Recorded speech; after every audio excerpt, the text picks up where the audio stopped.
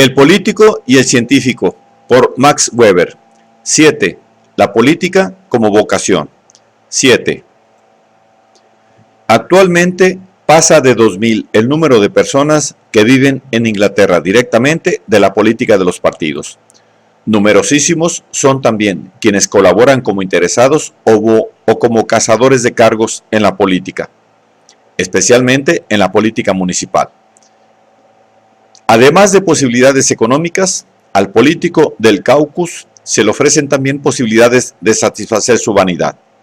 Llegar a ser JP o incluso MP es aspiración natural de las máximas ambiciones normales y es algo que se concede a las personas que pueden exhibir una buena educación, a los gentlemen. Como honor supremo resplandece la dignidad de par, especialmente para los grandes mecenas, y no hay que olvidar que las finanzas de los partidos dependen quizás en un 50% de los donativos anónimos. ¿Cuál ha sido el efecto de este sistema?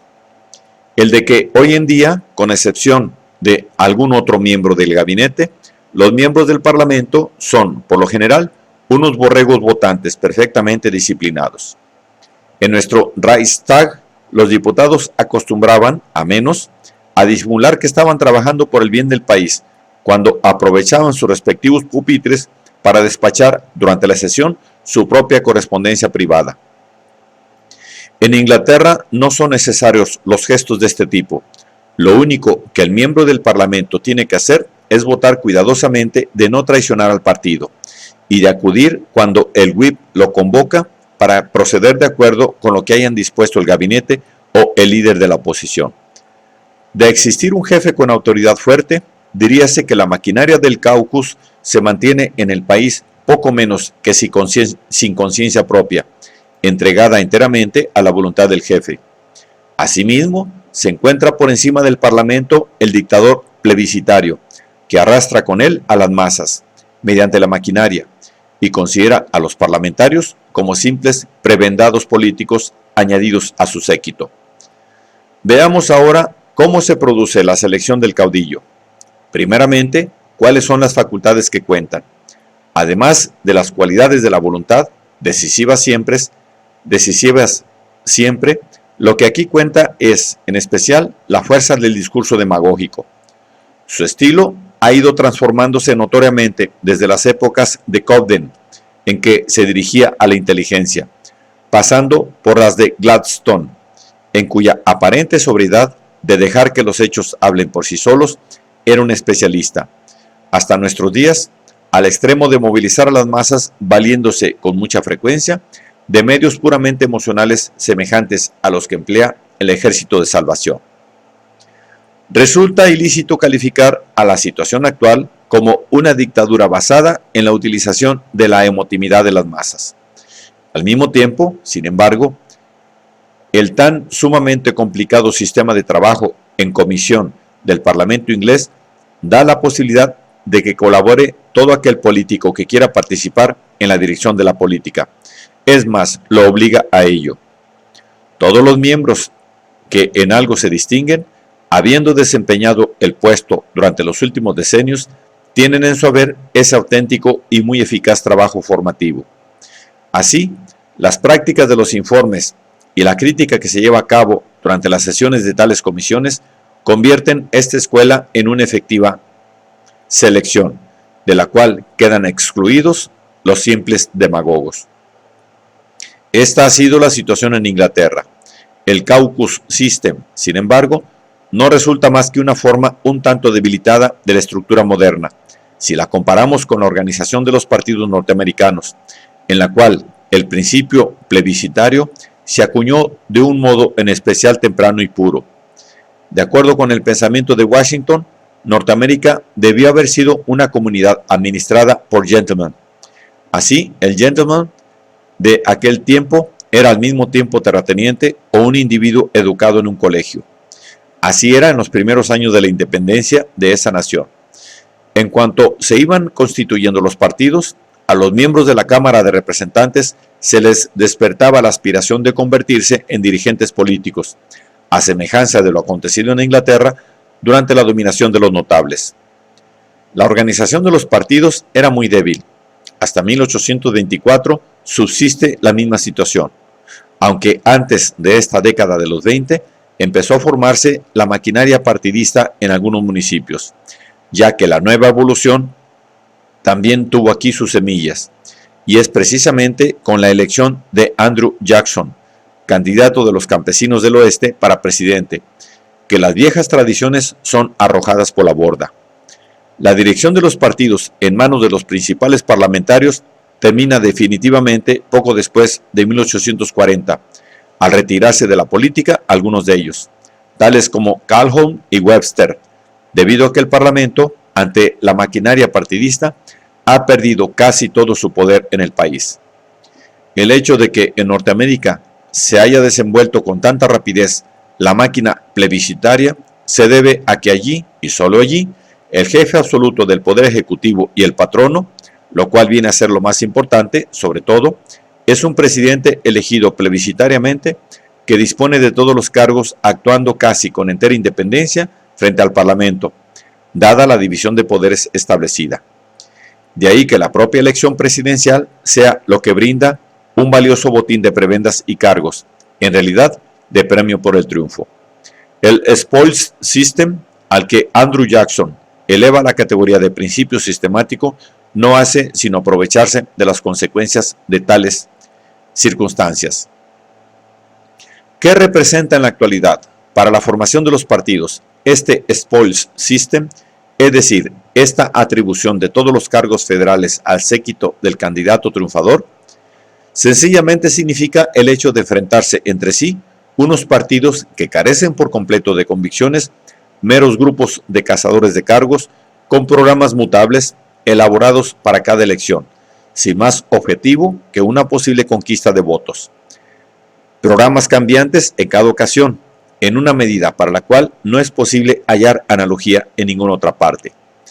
Tales partidos están cortados por el patrón que se ajusta mejor a las elecciones consideradas verdaderamente importantes para la distribución de los cargos, esto es, la elección presidencial y la de los gobernadores de los estados. En tanto que corresponde a las convenciones nacionales establecer los programas, son los partidos los que designan los candidatos, sin que los parlamentarios intervengan en absoluto. Se trata de congresos de los partidos que con toda formalidad se encuentran integrados muy democráticamente por asambleas de delegados, los cuales han recibido a su vez el mandato de las primarias, esto es, de las asambleas de los electores del correspondiente partido. Los delegados en dichas primarias son previamente elegidos por referencia al nombre de los candidatos a la jefatura del Estado. En el seno de cada partido se desata la más enconada de las luchas por la nominación. Bajo el control del presidente quedan siempre los nombramientos de 300 o 400 mil funcionarios, previa consulta con los senadores de cada estado, los cuales, por tal motivo, son también políticos poderosos. No es el caso, por el contrario, de quienes constituyen la Cámara de Representantes, que no cuentan con el patronato de los cargos, así como tampoco de los ministros, los cuales, debido a la división de poderes, no son sino auxiliares del presidente que ha sido legitimado por la elección popular ante todo el mundo, comprendido el Parlamento, en cuya virtud le es dado ejercer sus cargos con entera independencia, tanto si gozan de la confianza de éste como si no son merecedores de ella. Mientras el spoil system se mantenía así, resultaba técnicamente factible en Estados Unidos, dado que la juventud de la cultura americana permitía sobrellevar una pura economía de aficionados. Es indudable que la administración, al encontrarse a cargo de 300 o 400 mil hombres de partido, sin requerir de otras cualidades que aquellas